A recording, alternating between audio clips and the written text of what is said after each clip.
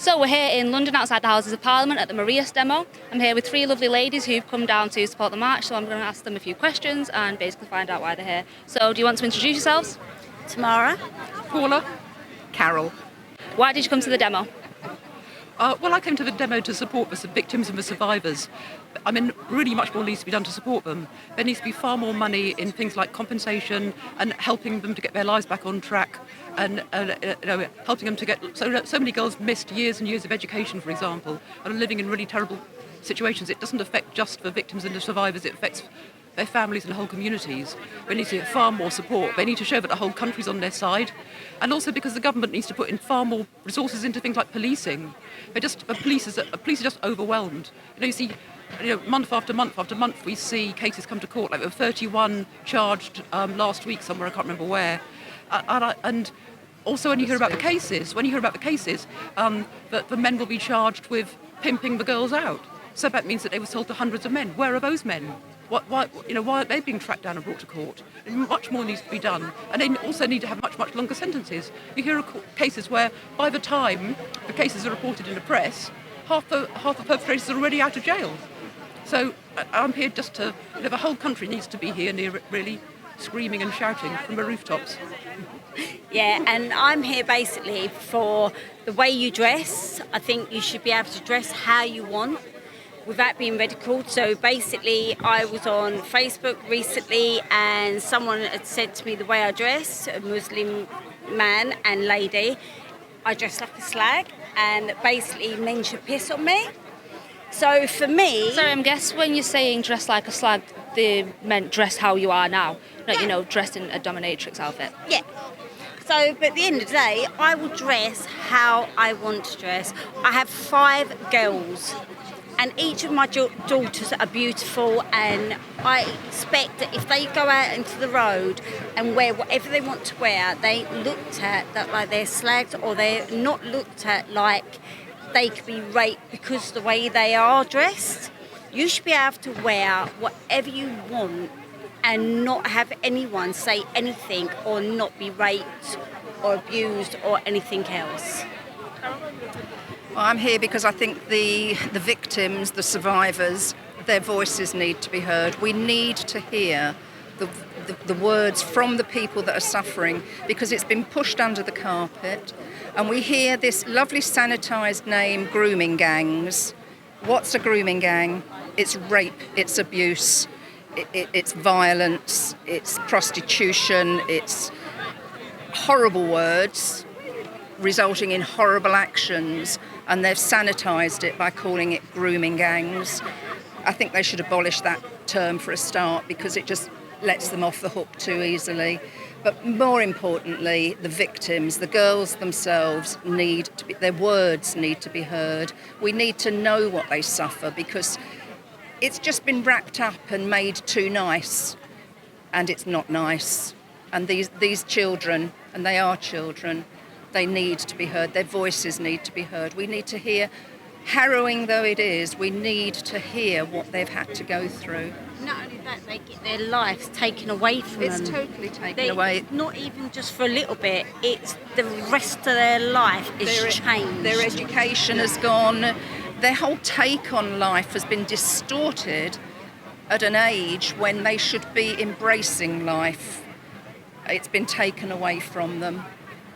And we've all been shut up because of the political correctness, the cries from the left of racist, xenophobe. They're made up terms. They're not an argument. It doesn't form a basis of any debate. It just shuts up conversation. And our governments support this, because the hate speech laws that they've recently brought in make it acceptable to shut us up. We're classed as far right. I mean, anybody one step right of Marx is far right. What happened to centralists? I don't understand all the terminology. The centrists do seem to have done a runner on the spectrum, yeah. There's no centre line, there's no middle line, there's no common sense. We're all far right because we dare to oppose the government line, and the government line is UN Agenda 2030. What do you think about the turnout today, though? Because unfortunately, the turnout was very small. I mean, we've seen thousands of people turning out over the past few months for a certain cause, but nobody seems to want to turn out for girls being raped. It's sad. It's really sad. I mean, I thought there was going to be so many more people because it's such a good cause. I mean, everything you say these days, you're racist or you're this or you're that, and it's not right, because at the end of the day, all we want is women to be able to express themselves and to dress how they want, to be how they want, not to be raped. You want your children to grow up at 12-year-olds, going on a bike, you know, playing knockouts when we were children, you know, not having to worry. You don't see about children all playing in the this. streets anymore. No. Children don't play in They're the on children media. don't know how to play anymore. Yeah, this has been going on for decades, really, and for decades and decades and decades, the children who have been involved in this have just been ignored, called it's making a lifestyle choice, termed child prostitutes. So they have just been ignored. So I am disappointed with the turnout. But I came here to hear the survivors talk, and then that really moving talk from the survivor's mother.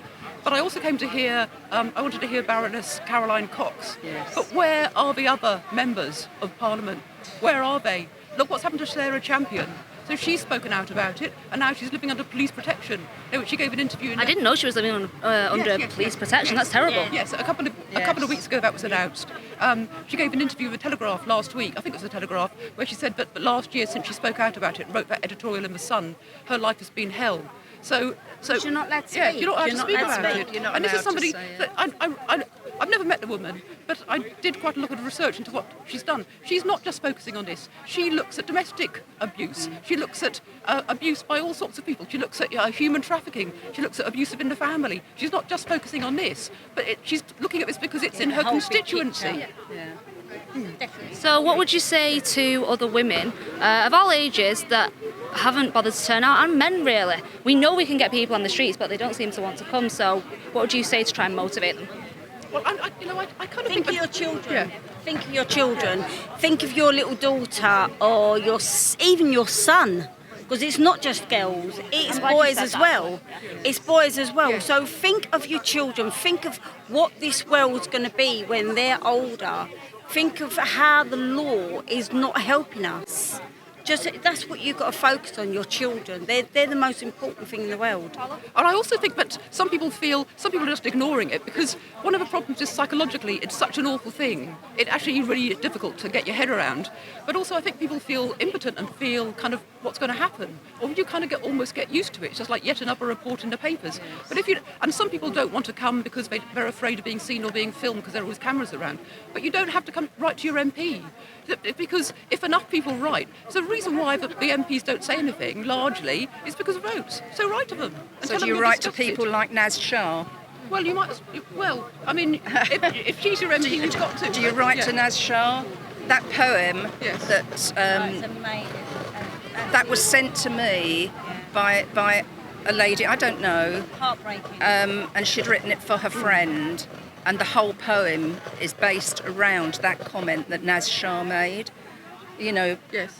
shut up for the sake of diversity. I've sent that to Naz Shah. I hope she reads it, and I hope she chokes on it, because her words have had an impact. That is just one girl. One Yes. girl out of how many? Yes. And she's got. And Sarah- she's a politician. Do we write to her and ask her to solve the problem? This is the problem. They're all caught up in it. They're all caught up in... They just don't care. They don't care. They just shut their doors. They don't care. yes. It's not their problem. Yes. And that is Yes, it, because yes, they yes. don't want to cause some big thing going on. They just shut up about it. Yeah. So one thing that makes me really sick is the way in which talked about it in the media. Everyone's saying, "Oh, it's working class girls or girls from the north." It's all like Yeah, so it doesn't somebody count. else. Yeah, no, But of actually, course. I mean, it doesn't even matter that they're working class, but they're not all working class. And then you sort of say, "Oh, there's girls from care homes." Yeah, it is girls in care homes, but it's girls who come from perfectly most- nice Could I families. say something? I most had a vulnerable. friend that was actually from a very rich family, and she got caught up in it. Yes. Yeah. From a very rich family. Yes. I mean, they had loads of money, and she's addicted now to drugs. If the media wanted to help, they could tell the truth about what is happening. because then there would be a generation of young children that know what the dangers are. At the moment, they are going through puberty and all the hormones, and they meet these people that are going to give them a different experience. They are experimenting, that's all they're doing, they're experimenting, and then they are trapped. They are caught and they are trapped. If the media did a responsible job and started telling young girls, this is what is happening, this is how you will get caught, this is how you will get lured into it. But they don't. The media are covering it up. And I think how they can call themselves reporters, I don't know.